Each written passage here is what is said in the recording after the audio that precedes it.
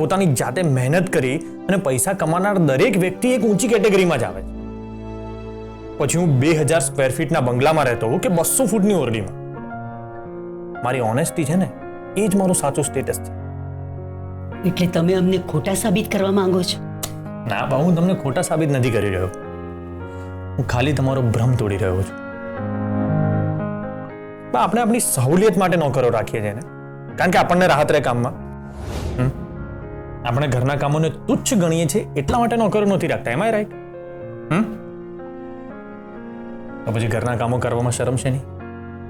પુરુષોએ પુરુષોને શોભે ને એવા કામો કરવા જોઈએ. તો એ હિસાબથી આપણા ઘરમાં જે પુરુષ નોકરો છે, પ્રમોદ ને બધા, એમને રજા આપી દેવી જોઈએ.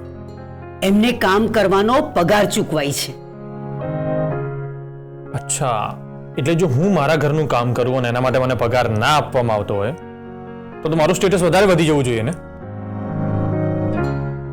બા, ભારતીય નારી પોતાના ઘર માટે રસોઈ કરે છે, પોતાના બાળકોને ઉછેરીને મોટા કરે છે, ઘરના બધા જ કામ કરે છે.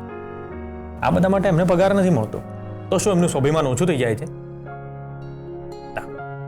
ઉપરથી એમને Annapurna, home maker, super woman એવું બધું કહેવામાં આવે છે.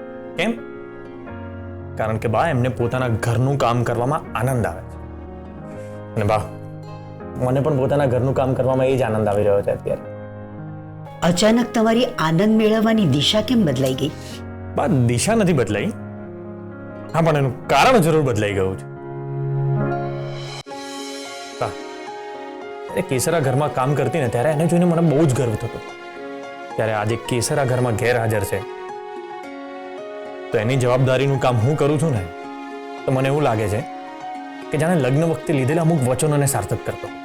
સ્ત્રી અને પુરુષ વચ્ચેનો કાર્યભેદ વર્ષોથી એમને વહેંચી નાખવામાં નથી આવ્યો. બા, હું તમને એ જ સમજાવવા માંગુ છું કે ભેદ શું કામ? આપણે ભણેલા ગણેલા લોકો છીએ તો આપણે આ માનસિકતાને મૂકી દેવી જોઈએ કે સ્ત્રીઓ જ ખાલી ઘરના કામ કરવા જોઈએ ને પુરુષોએ બહારના કામ કરવા જોઈએ. તમે સમાજ સેવા કરવા માટે બહાર જાઓ જ છો ને? હું એ સ્ત્રીઓ માટે લડું છું, એમને જાગૃત કરું છું. સારી વાત છે બા. એમાં એક વાતનો હજી ઉમેરો કરી દો. તમારે એ લોકોને આ વાત સમજાવવી જોઈએ કે એ લોકો આ માનસિકતાને હંમેશા માટે છોડી દે કે સ્ત્રીઓએ ખાલી ને ખાલી ઘરના કામ કરવાના, પુરુષોએ નહીં કરવા. સમાજ વ્યવસ્થા બદલવાનો પ્રયત્ન શું કામ કરી રહ્યા છો તમે? સમાજ વ્યવસ્થા બદલાવવાનો પ્રયત્ન નથી કરી રહ્યો, વિચાર બદલવાનો પ્રયત્ન કરી રહ્યો. કારણ કે એકવાર વિચારો બદલાશે ને તો વ્યવસ્થા તો આપોઆપ બદલાઈ જશે. તમે સાબિત શું કરવા માંગો છો? એ જ કે હું કેસરને બહુ પ્રેમ કરું છું.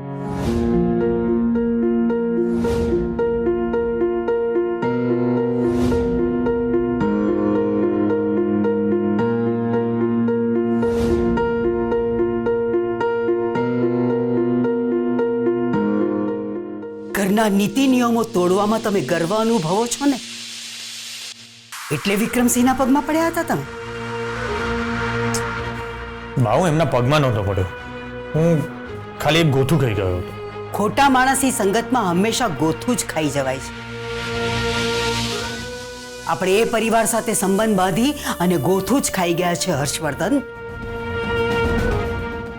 એ છોકરી અને એના સો કોલ્ડ ખાનદાની પિતાને કારણે આપણે લોકઅપમાં જવું પડ્યું હતું, યાદ છે ને તમને? તમારા અને કેસર વહુના સંબંધ વચ્ચે અંટસ પડી જ ગઈ છે.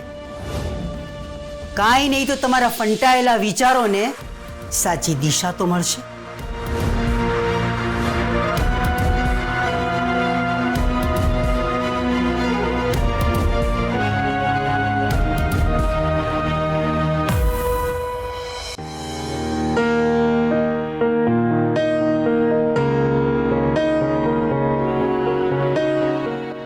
બેબી, હજુ તમને ઠીક નથી? હા મોટી બેન, માથું ભારે લાગે છે અને શરીર પણ દુખે છે. અરે આરામ કરો, ઊભા ના થતા. આંખ બંધ કરીને પડી જ રહી હતી પણ કંઈ સારું જ નથી લાગી રહ્યું મોટી બેન. દવા લીધી? હા, ઘરગથ્થુ દવા લીધી. ઘરગથ્થુ દવા? ડોક્ટરની દવા કેમ ના લીધી? અથવા ડોક્ટરને ઘરે બોલાવી લેવા જોઈએ ને? સાચું કહું, દર વખતે ડોક્ટરની દવા કામ નથી કરતી.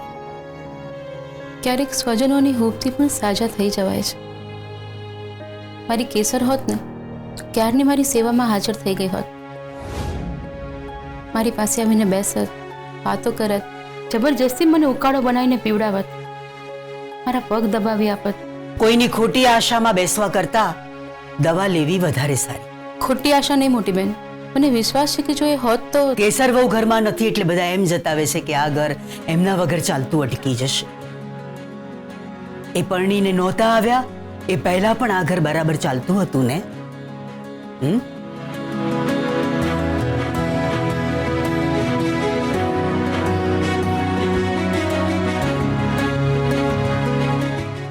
આરામ કરજો અને સમયસર દવા લઈ લેજો.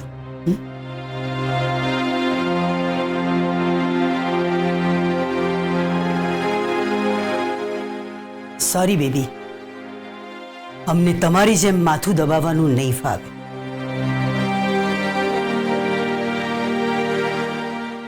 એવું ઘણું બધું છે જે તમને નહીં ફાવે મોટી બેન, કારણ તમારો અહંકાર વચ્ચે આવે છે.